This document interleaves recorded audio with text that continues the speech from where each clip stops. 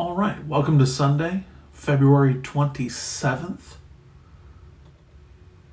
It's good to see you. Today's reading will be Deuteronomy chapters 1 through 3. As you see, or I'm not sure if you know, our church Facebook page has been unpublished. It doesn't seem to be for anything we've said or any views or anything. It seems to indicate that we were misrepresenting ourselves somehow. And I'm working hard trying to get somebody to answer back, and so I've tried a couple different ways. If somebody knows anything, let me know. So let's cover Deuteronomy real quick. Deuteronomy means the second giving of the law. It was made famous by, of course, Nancy Reagan in 1988. Somebody said, man, you guys really did a wonderful job in the White House. And Nancy turned to the reporter and said, well, it was all Deuteronomy. So basically what you're about to read is 3 different sermons by Moses. He's about to die, so he maybe gets a little long-winded. Now Deuteronomy has a lot of detail, but where the detail before was in the ceremonial and aimed towards the Levites, this detail aims more towards the layman.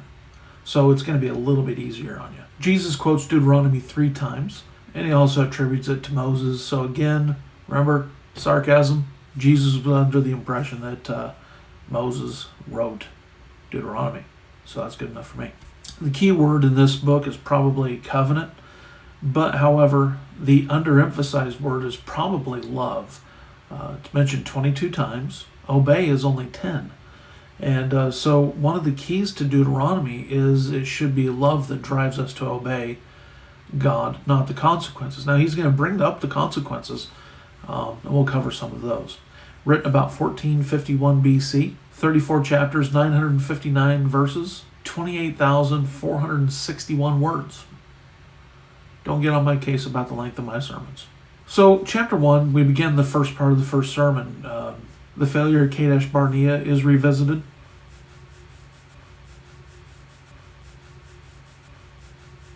It's just one of the few times that Israel rejected the kingdom.